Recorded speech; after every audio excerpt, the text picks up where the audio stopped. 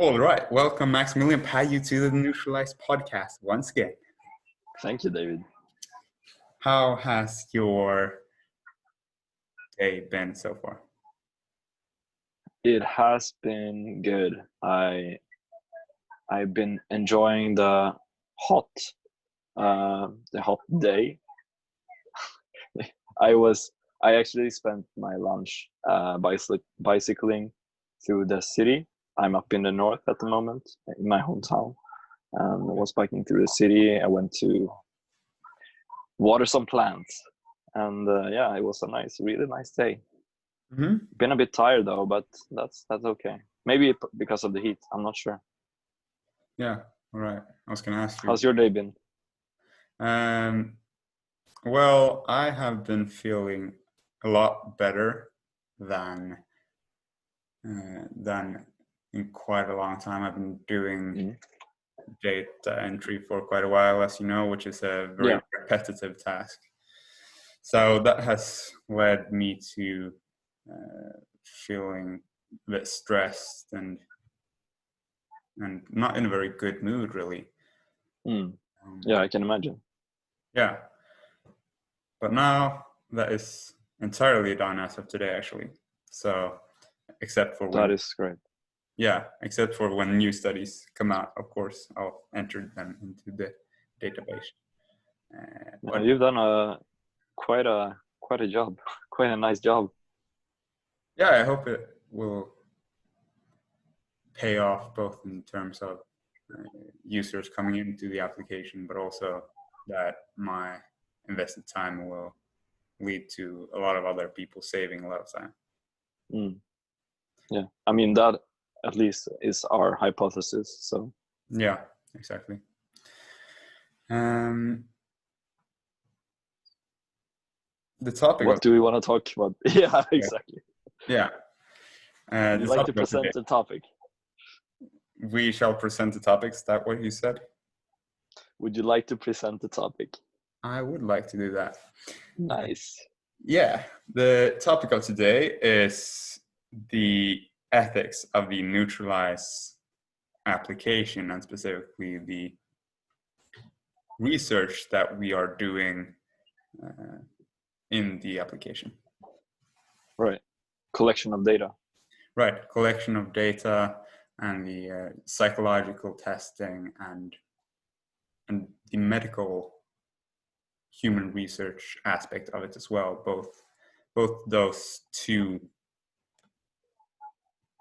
aspects of the research that we are doing on the effects of nootropics on people's cognitive performance and well-being. So psychological testing and medical human research, both of those aspects have quite clear guidelines through two different documents, or three documents if you include a book, which is also quite standard in the psychological testing field. But two aspects of research that apply to our application have a couple of documents outlining how to ethically do this. And we have, by and large, followed the principles outlined in these documents, but on some points we do not follow these principles because of the nature of our application. Okay, so can we begin with answering the question, like, why is this an issue at all? Why is there an ethical issue with collecting data or conducting studies? Mm-hmm. Sure. So I guess the answer to your question is most easily visualized by saying what it would look like if it wouldn't be good. So how would an unethical research process look like? And that would, I guess to answer your question more specifically, that is the reason why this is necessary. Because we have historically seen human participants get treated in a bad manner, which is something we would like to avoid as a human community, which is why these guidelines exist, to prevent the unethical treatment of human subjects.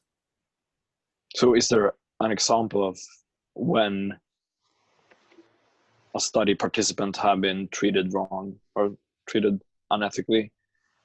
Yeah, there are loads of examples. I think in almost every psychology textbook, for example, especially the ones outlining how research is done in psychology.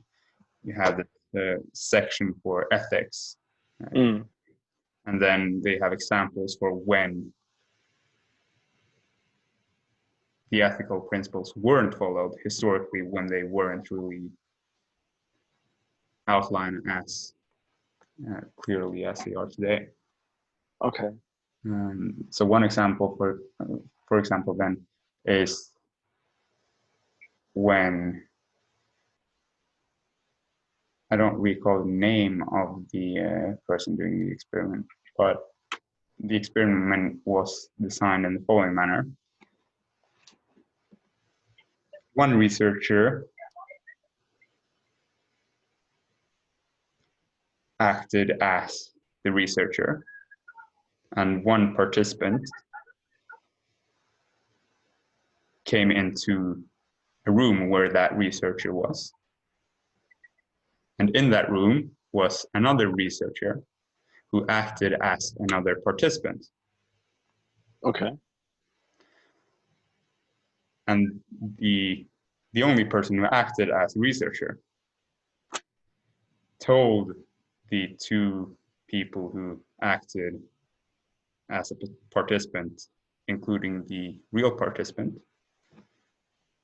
that they would test the pain tolerance of one of the participants. I think this was the reason for doing this study. It's not really the important part, the reason they gave for doing the study, because in fact they deceived the real participants. So they lied to the real participants about the true purpose of the study. The true purpose of the study was actually to see how long would the real participants continue to give electric shocks in. Right. Yeah. I've heard about this study. Yeah. Right. Increasing magnitudes of electricity, so that it's increased the amount of pain experienced by the other participant than in the eyes or mind, really, of the true participant. So what they actually were trying to test was the obedience to authority. Yeah. Because the only person who acted as a researcher and was also a researcher said that you should continue on with the experiment, even when the true participants, like the person who was actually a participant in the study, even when that person asked to stop because he heard the voice, the screaming voice of the person who was in pain. But in fact, he wasn't actually in pain, because it was the other researcher who just went out of the room and they simulated the scream. Yeah. Okay. So both the deception aspect of that experiment, as well as the the fact that the true participants had to go through that psychological pain, essentially, which it is to Right. inflict pain on somebody else. Right. Yeah. Both I those, mean, eventually they found out, of course, I assume, but yeah, during that experiment, they didn't know, and they yeah, experienced. Okay. yeah. Yeah, I see. Yeah. So those are two unethical aspects of that experiment, which have then afterwards been highly criticized, and ethical guidelines have been implemented to prevent the deception of participants and the inflicting of pain on participants. But in fact, deception of participants is actually allowed still in some instances. Can you still see me, by the way?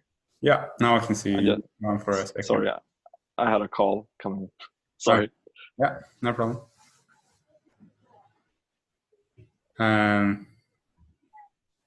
Yeah, so new ethical guidelines in contrast to historical practices have been implemented as regards medical human research and psychological experiments. Okay, so then in our case, in our app, I mean, we're not gonna. I mean, we are going to interact with study participants, you could say. I mean, the users in our app are gonna be their own study participants in a way. Mm-hmm. So how do these guidelines apply to us? Can we walk through that? Right, sure. So there are around 26 different guidelines in the World Medical Association. There's a lot of sounds behind you. I'm sorry. It's no big deal, but if you could, then I'm just gonna change positions real quick.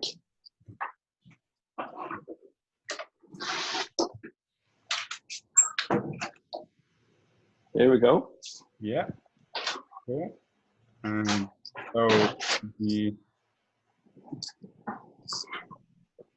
the World Medical Association Declaration of Helsinki is a document outlining around 25 principles for medical human research.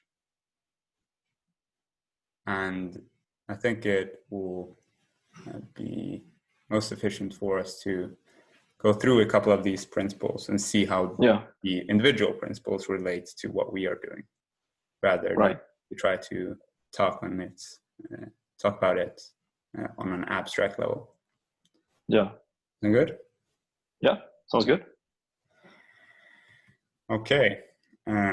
So one of the first core principles of the declaration is that the health of my patient will be my first consideration, in quotes. And this is a consequence, this quote, of the physician-patient relationship that is assumed in the medical research. And of course, we don't have any physician-patient relationship with our user. That is one way in which we do not really have, in which the document doesn't really apply to our application. Right, okay. But still, it is our mission to boost love and reduce suffering as much as possible. Yeah. And the health of the physician's patient being their first consideration, I see as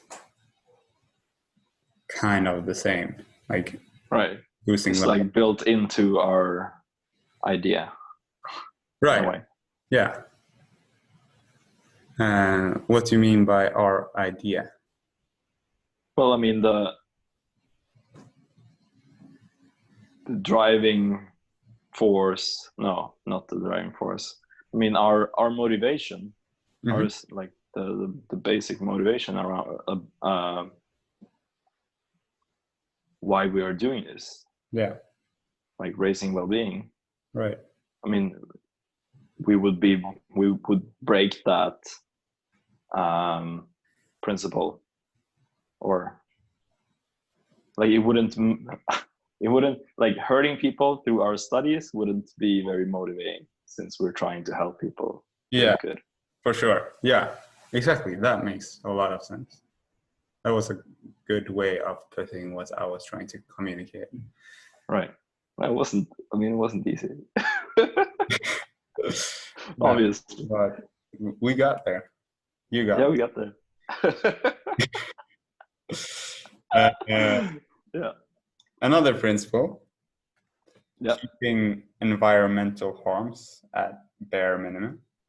And the fact that our application is online and that we enable psychological testing online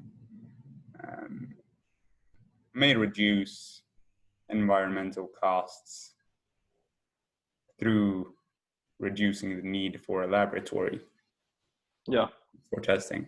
But other than that, I don't really see us having all that much of an impact as regards environmental effects either way. Well, what like it seems like that principle has been established for because it is like historically studies may have had a large impact on the environment. So I'm not okay. It's like it's not clear to me how. Can you theorize like why they would have Well, created such a principle?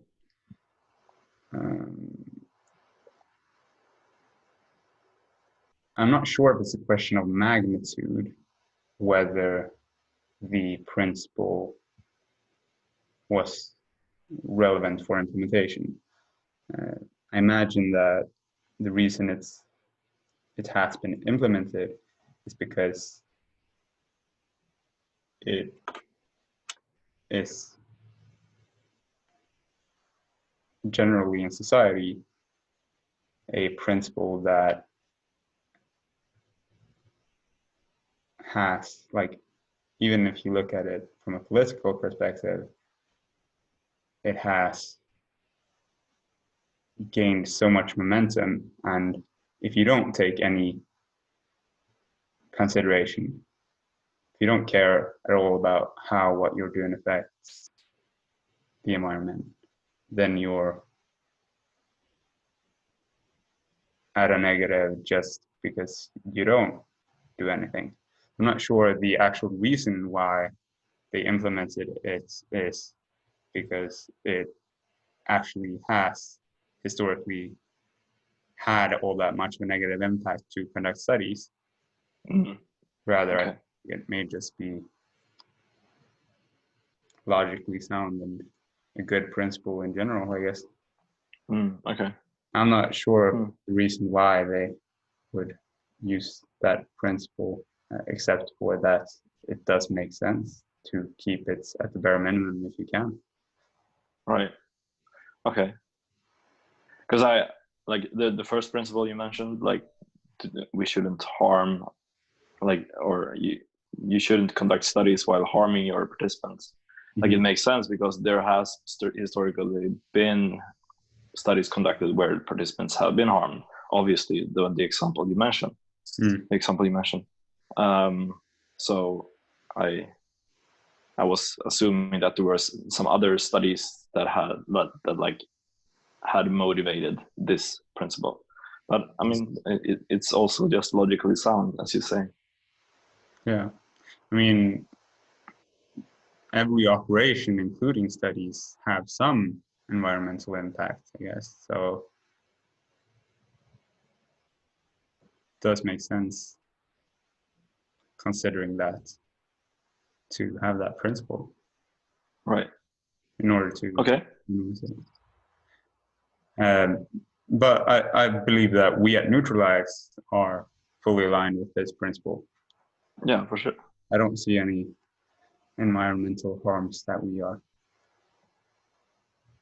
we are contributing to, really. That would only be if we, for some reason in the future, have the need for huge amounts of computational powers, and Yeah. like the electricity consumed from that would impact the environment. But Yeah. I mean, it's very far into the future. And it's an unlikely scenario.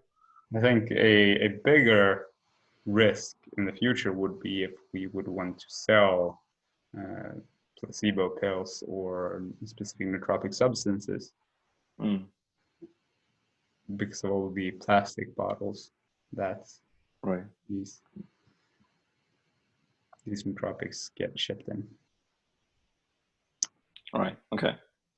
And in some sense, we actually do contribute to the increased consumption of nootropics and the increased buying of these nootropic bottles, plastic bottles, and shipping of them. Well, hopefully we will reduce it, since perhaps people will use less of them if they realize that they're not really useful by default. You need to use them mindfully, not just use them because you feel like it's correct.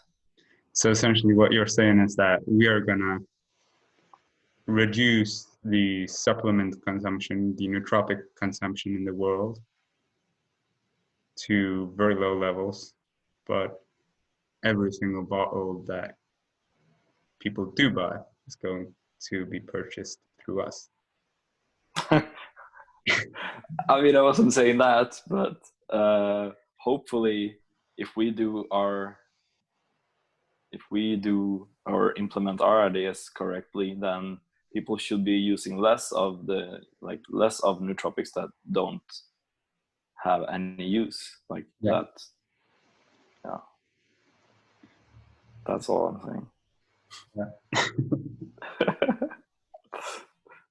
I was half joking what I said. Yeah. Shall we move on to another principle? Yeah, for sure.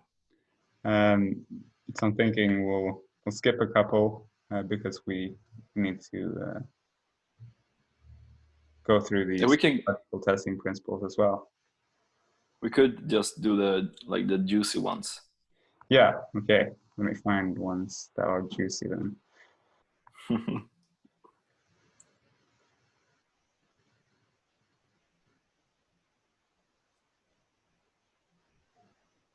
I mean, the ones that apply to us directly, even at this point, perhaps, how we collect data. Yeah, let's talk about that. If there are guiding. Yeah. Yeah. So we will, and please add or remove from what I'm saying and to what I'm saying. We will, at Nootralize, collect users' data in a manner that we would like another company to collect our data. Right? Yeah. You and me as persons. If we think that, I'd be fine with another company doing that for my data, with my data, then we, if all other ethical principles are in check, move forward with the data collection and analysis. Yeah. And we will never do anything with our users' data that they've not agreed to. Right. Yeah.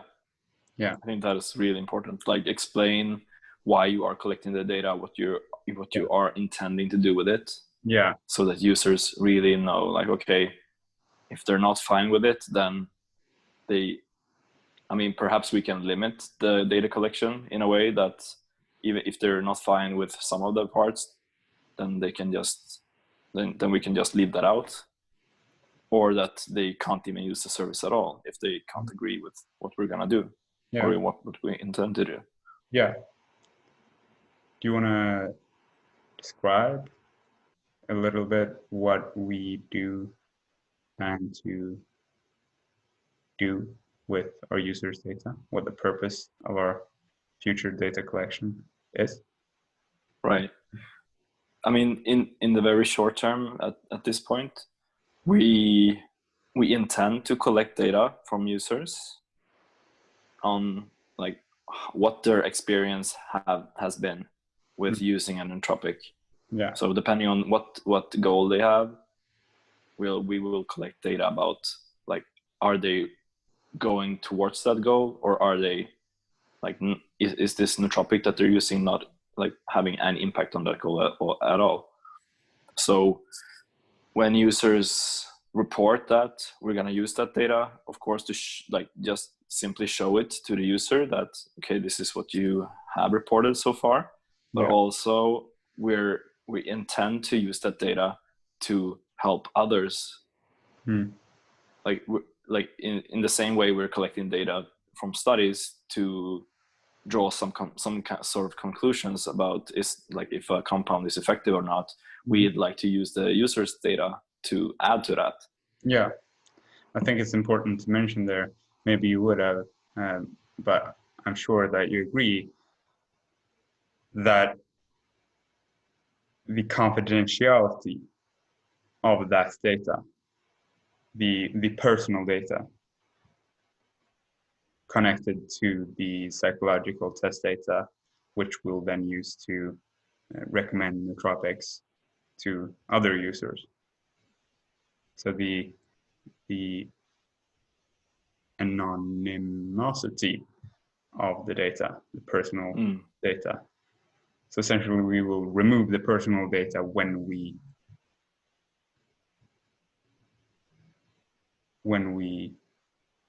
include that data in the recommendation engine. Right, of course. I mean, it doesn't really, I don't see how it would have any use at all, really. True. But I think it's something that some people may worry about, and now we've gone public and said it very explicitly that we will keep your data confidential. I mean, we have discussed ideas that perhaps if users would like to share their results, then of course they will be able to opt into that. Yeah. But we will never force anyone, or we will never like share that personal data unless the user explicitly agrees to. Yeah, exactly. So we'll include both a global in the application opt-in, as you mentioned,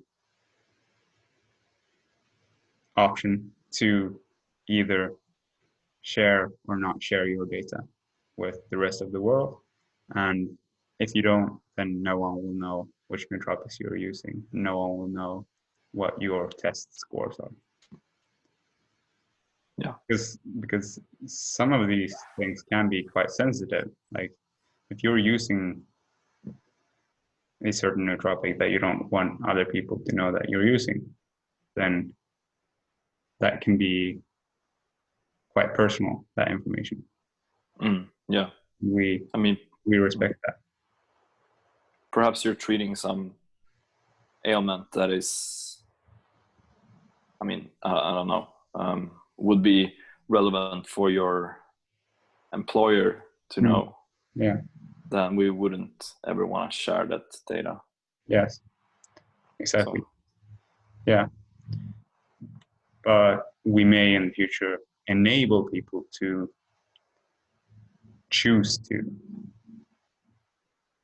freely choose to share their data with the world if they want to, which could be useful, for example, when interacting with other users of the application, which we may create the functionality for in the future. Yeah, exactly. So only we at Neutralised and potentially researchers in the future that we may collaborate with, right? Yeah. Will have access to your data, and researchers won't have access to your name or your email address or anything like that.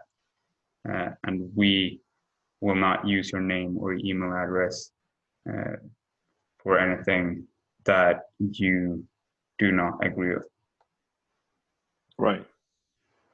I think it would, like, we could, I guess we would like if we have a newsletter, for example, would like to use your email address to like publish or like let you know if there are new features in the application or application or something, but we wouldn't use like your, like what's your take on that? Like, would it make sense, or would we like to offer to our users supplement recommendations? I mean, they are already receiving them through the application. Depending on what goals they have, like they can get a recommendation. But would you see any? What do you think about giving users recommendations, like further recommendations based on what data we have collected on them so far? I think that within the application, that is something that will be very useful to users, and that will not harm an individual user, and that we will want to pursue. I do, however, think that in order for us to send emails with such recommendations, we will need to get an explicit consent. So the user will have to click a checkbox agreeing that they are fine with us sending. Yeah. I think that sounds good. Cool. Shall we continue with the principles? And if you want to get details as a listener on our stance on these ethical principles, we've published a blog post which we'll link to in the description of this podcast on the Neutralised blog, in which we write about our stance on essentially every single principle in these two documents that are the standards essentially for ethical research in psychological testing and medical human research. Let's move on to ethical psychological testing. We've primarily been talking about medical human research, or at least those are the principles that we've discussed are from document of the World Medical Association. But now let's move on to the psychological testing documents, those principles.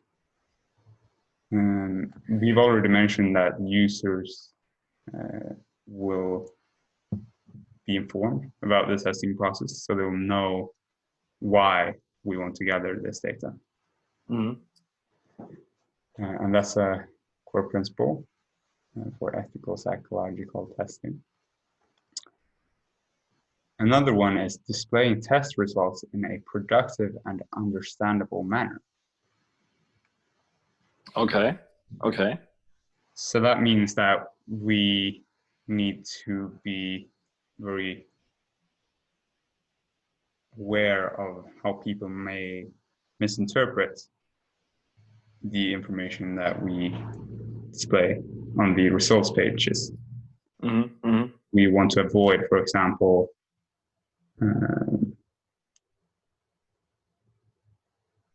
saying that you definitely increased your intelligence and you had a large impact, if that is what the data suggests, but we simply don't have enough data to make such a claim. We need to be very cautious with the science, essentially, of the claims that we are making, which is something I think that we are working very hard on, and we prioritize very highly, evaluate very highly, and it's not going to be a problem for us, I think. Mm. Do you think? I mean, I don't see how it's really useful to exaggerate results if they're not correct. Yeah. Like you're just fooling someone into believing something that, I mean, obviously in the long run they're gonna find out that, okay, this can't be correct. So yeah. Then we just end up being like discredited. Yeah. Or what would you say? Yeah, exactly. We lose credibility. Yeah, exactly. But I wouldn't necessarily say that deliberate misrepresentation of the data, the results of the psychological tests that a user conducts on themselves. I wouldn't say that is what I'm worried about. I know that we're not going to do that, but what I did say is that I don't think that we're going to unintentionally misrepresent the data either, because that is right, because we're working hard. Exactly. Yeah. Like we want to, like we really want to get that correct, like Yeah. get that right. Yeah. So it's very important to not only the ethical aspect of it and to act ethically, but also for the utility of the application. Like what we're trying to do essentially in people's lives in regards to the development of the application is trying to help people find nootropics that work, right? yeah. And there are several aspects and steps in that process, but ultimately it comes down to giving a scientifically accurate answer to that question. Does this topic work? So it's very important for both the ethical aspect of it and the functional and the utility, functional aspect of it and the utility of the application. Right. I mean, I don't think the business would work either if we. I mean, okay, so like how much?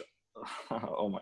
It's such a hard question because like it comes down to like having solid mathematical models. Yeah. Like the best that we can do so far as scientists. I mean, we're not scientists, but as scientists can. I mean, we are scientists. We're just not schooled in a university. Right. But I mean, there is crappy science and there is good science. We know that by now. Like we can do the best that we can. But obviously over time, like I think this is like a superfluous argument, but I'm gonna just roll with it. Okay. Like there is good and there's good and there's bad science. And I mean, over time, like as history has progressed, I guess you could say, we have discovered that yes, we can do better.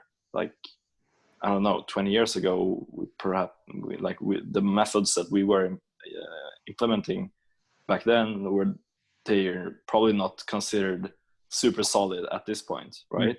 Yeah.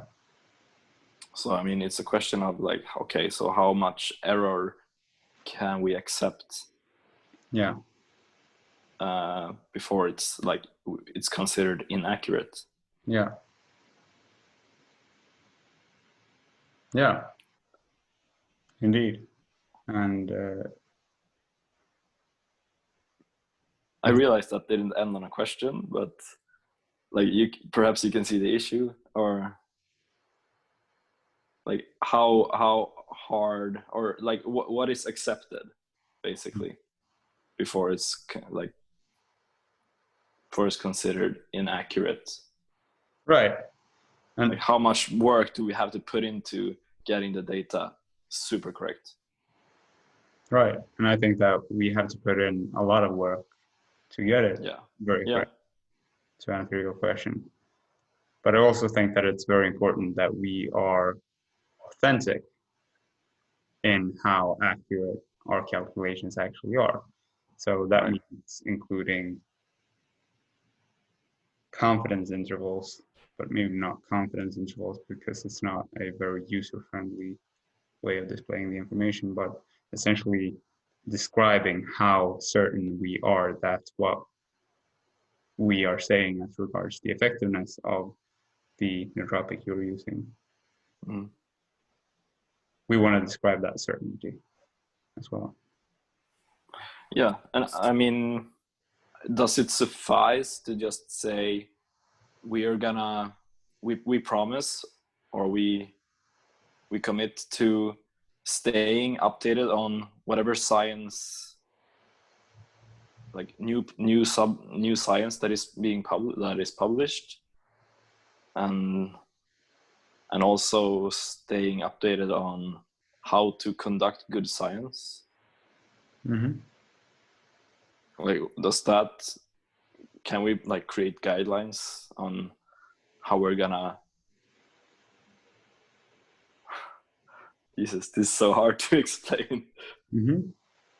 Can we put up guidelines for ourselves that tell us like how much work do we actually need to put into getting the science right? Yeah, I think that we both, but probably primarily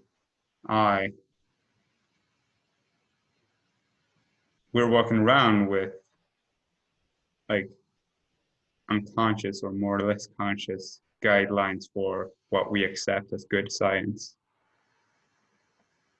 Anyway, like even if we put them out in the document explicitly. But sure, in the future, we could definitely make that a document with text-bound principles. Mm. That was what you actually... Yeah, I mean, just having some kind of mechanic that would ensure that the science or the methods that we are using are solid. Yeah. And we'll definitely get better as we gain resources and can hire other scientists. Right, yeah. Statisticians and so on. Mm. But basically, it is a high priority for us to get the science right. Yeah, and to make it easily interpretable, which was part of this. To display the information in an understandable manner. I like that point. I really like that point. Yeah, it is very important. Yes, I think so. Yeah. So both get it right as regards accuracy and as regards simplicity and communication. Mm. That is not an easy task. No. Like whenever you're doing simplifications of anything, you're essentially also removing data. Yeah. And so you'll have to find like a good balance there. Right. And we probably will be losing some degree of accuracy when we do these simplifications, such as when we, in the nootropic pages, right now we have a table where we have effect sizes, right, for any specific effects for any specific nootropic. So combined over all the studies and all the test measurements instances compared to the baseline and compared to placebo, what is the effect of this nootropic on, let's say, physical performance? When we do that simplification from the raw effect size number, which may be something like 0.36758 to small. The effect size is small. Then we lose accuracy because we move from the exact number of 0.3 and so on to the range of 0.2 to 0.5, which is considered small. But it's more easy to understand. Right. So we think it's worth it. So so it comes down to finding that balance. Yeah. Like how much is acceptable that you simplify versus how complicated can it be but still be useful to someone who would read it. Yeah. Or like how accurate could it be but still be useful. Yeah. So that we will also like continuously work on. Yeah. To make that perfect, or as perfect as it can be. Yeah. True. It's hard, but I believe that over time, if we constantly improve, then we can get to a point at which these recommendations and this information that we display is really, really useful. So when scientists publish science, at what level do they, like, who do they communicate to? Do they mostly communicate to other scientists? Because I imagine then you can like use quite a complicated language. You can use the terms that are common between you when you are scientists. But if you are communicating to like common people, you wouldn't use specific like certain words. Right. So are they communicating mostly to other scientists when publishing the papers? I'd say yes, mostly, but most scientists try to make their conclusions and their results section have at least some parts that are easily understandable to journalists or even the average person. Right. And the abstract should be also pretty. They want articles to get published. That's why they do that. The abstract? No, I'm just saying like the abstract should also be like easily interpreted. Shouldn't it?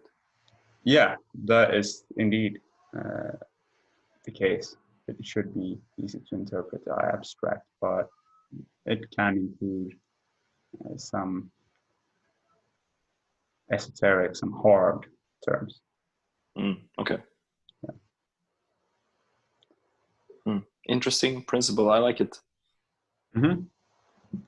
And that's essentially it for the juicy ones out of the principle. Okay. And we've been talking for quite a while, so shall we cut it long? Sorry, what? Shall we cut it long? Yeah, we should cut it long. Yeah, I think so. Cool.